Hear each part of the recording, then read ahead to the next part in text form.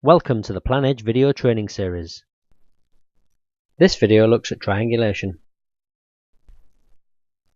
Okay, so what we're going to do now is we're going to add a new room, only this time the room's going to be non-square and it's going to have some angled walls. So if we add a new room, we're going to add that to this bottom room here. Same wall thickness as we had before, and it's going to come straight down, so no offset.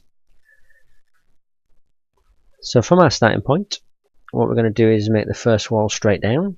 So we're going to tap and we'll Bluetooth the measurement across, and then we're going to have an angled wall coming off to the right, but not 45 degrees. So what we need to do to be able to get the angle correct is to use a tool called Triangulation. So the Triangulation tool is over here. So what we need to do to triangulate is 2 points in the room, and we're going to use the starting point and the second point that we've just drawn here.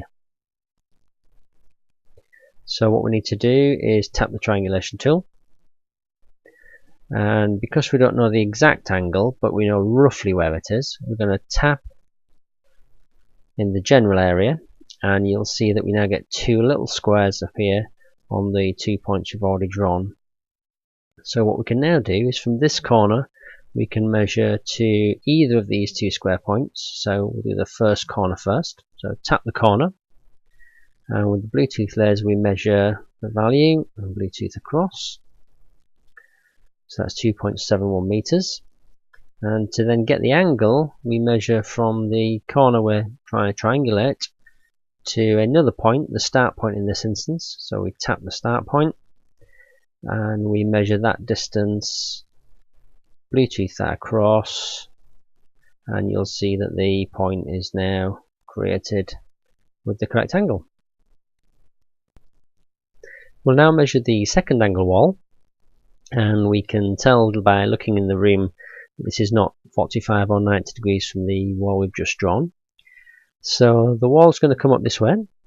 So what we need to do again is tap the triangulation icon and then tap roughly where the wall is, and this time what you will see is that we've got 3 points that we can triangulate to. You only need 2 of these, as we mentioned earlier, however, to get the correct angle. So what we'll do is we'll triangulate back to this corner. So we're going to tap that and Bluetooth the measurement across. And then what we'll also do is to triangulate back to the first start point. So again, we'll tap there, measure the value, Bluetooth it across, and there you go. We've now got the second corner triangulated in the room. So if we look at the angles, they look slightly off 45 and 90. So if we tap this drop down menu at the top and select the bottom icon, what that will do is it will show us angles within the plan. So by tapping on angle, it will tell you the measurement.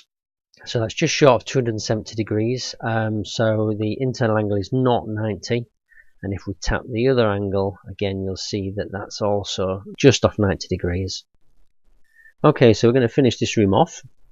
Now the next wall, we're going to click and make that 90 degrees from the previous wall, and it's going to be 19 centimeters long.